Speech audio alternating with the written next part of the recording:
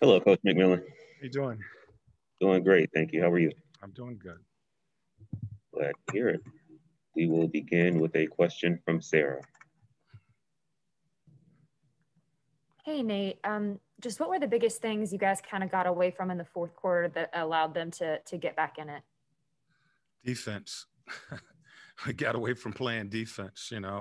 I thought third quarter we did a good job of defending, making them work, challenging their shots, and we were running off of misses.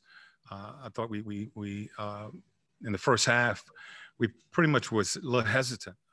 We didn't get out in transition when we did force misses. We didn't get out in transition, and we didn't establish that tempo that we wanted to. But I thought the second half we did that in the third quarter. We got stops. We got out in transition, was able to get some easy baskets, and then the fourth quarter we didn't get any stops. I mean, giving up 45 points. That's not us.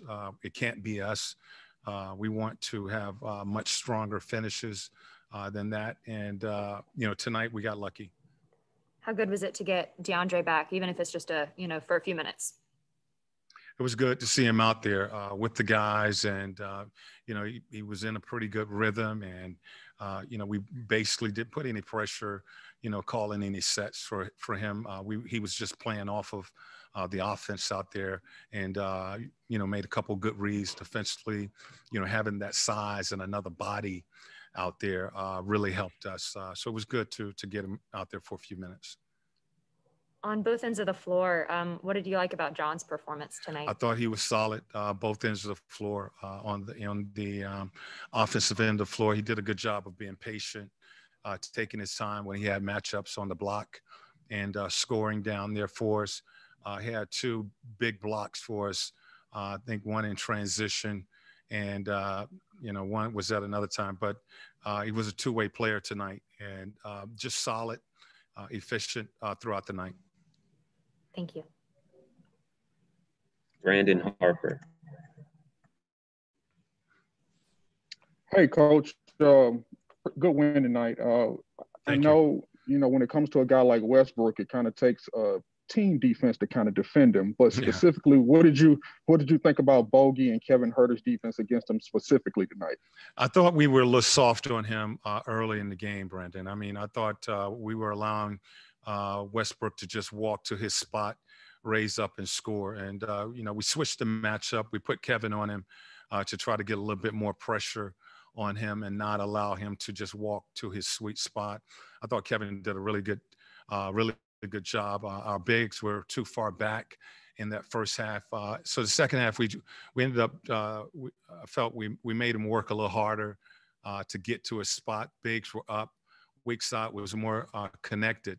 But, he's a guy that's a weapon. The fact that he's very capable of beating his matchup, scoring, attacking, getting to the free throw line, and then he passes the ball, so it puts a lot of pressure on your defense guarding someone like that. And, I thought the last possession, I'm sitting there with him, watching him with the basketball. I thought our defense really did a good job of sprinting back and getting two on the ball and not allowing him to get to the rim on that last possession. Edwin.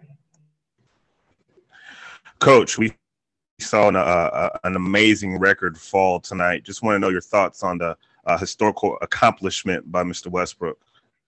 I mean, we talk about Oscar Robertson, and a lot of us are, not old enough to know how the Big O played, but you're seeing that in Westbrook, his ability to really just dominate a game, score, assist, and rebound from that guard position. This is what the Big O was doing a long time ago, and we're seeing this at this day and time. I think is incredible to see a player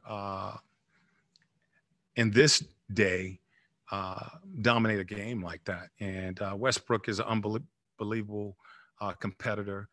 As I mentioned early, I had an opportunity to work with him with the U.S. Olympic team. And, just watching that guy and how he plays, I have a great deal of respect for his game. Dan Wojcicki. And talk about influence. This weekend, a bunch of players that you coached against and competed against are going into the Hall of Fame, and Kevin Garnett, Tim Duncan, and obviously Kobe Bryant. I'm curious specifically with Kobe, what are the ways that you see that he's influenced kind of the way the game is played today, whether in attitude? I mean, you mentioned Westbrook. I see a guy who with just undeniable will, which was something that Kobe Bryant had. I'm just curious kind of what you see and how did those dots kind of get connected from then to now? Well, again, he's another guy that I had the opportunity to work with the Olympic team, and just his preparation. I got an opportunity to see how he prepared for his opponent, the game, for practice. He was a guy that, there's a reason some people are successful. And Kobe put in the work on his craft to be the player that he became. And, I saw that firsthand with the Olympic team. I think some of those guys from the Olympic team who had the opportunity to play with him and work with him, saw some of the things that he would do. And pretty much what I'm talking about was we would have a noon practice. Kobe would weight train at 7 o'clock in the morning, get his breakfast. He would go over and get a workout before practice, come back and meet at 11 o'clock, go back to the gym and practice at noon. He ordered or he had the video personnel to give him all video on the guy that he was going to guard. He told Coach K he wanted the best offensive player. So a lot of guys on that team at the time, the LeBrons and Carmelo and those guys like that, they saw how he worked and how he prepared. He was a guy that personally didn't want to befriend the players in the league because I think he felt as if I like you, I can't take advantage of you. So he always seemed to work to keep that edge when going out and playing the game. Garnett is unbelievable. He's a guy that played every possession hard, offensively as well as defensively. Those are great players that had the opportunity to see play and coach against. Thanks, Nate. Yep. Christos. Coach, how satisfied you are about what you see from Bogey and Trey about their partnership on the court tonight? How satisfied you are about the partnership of Trey and Bogey on offensive end tonight? I thought they did a good job. Trey had a few too many turnovers in that first half, but only one in the second. I think he had 5 turnovers in that first half, 1 turnover in the second half. And, it's a 48-minute game. It's a long game. And, what I talk to our guys about is figure it out. And we got to be better as this game goes on. And both of those guys they did a good job of, executing the offense, getting the ball, moving the ball, knocking down shots. Defensively, again, I thought, Trey and it starts with Trey and Bogey establishing us. And I thought they did that in the third quarter. Just the fourth quarter, we let that kind of get away from us. But the two of those guys are finding a rhythm. Trey understands where Bogey likes the ball. He's getting him the ball in a position where he can be productive. So, they're really starting to develop some chemistry. Thank you very much, Coach. Two more. First from Kevin Chenard. You mentioned before the game the pace, and it seemed like the Wizards were doing an extremely good job in transition, short of like not turning the ball over. What else do you want to see to kind of limit a team in that situation? Okay, just they're gonna be fast with Westbrook and Ish out there. I mean, they are, So what we want to do is just make sure that we get back and we keep that ball in front of us. I thought we needed to make some adjustments on our pick and roll defense. We did a pretty good job of getting back in transition, but when we did get back, I thought we were a little soft on the ball. We were allowing Westbrook to just walk to his sweet spot, 15, really just dribble into 15-foot jump shots. He can make that shot.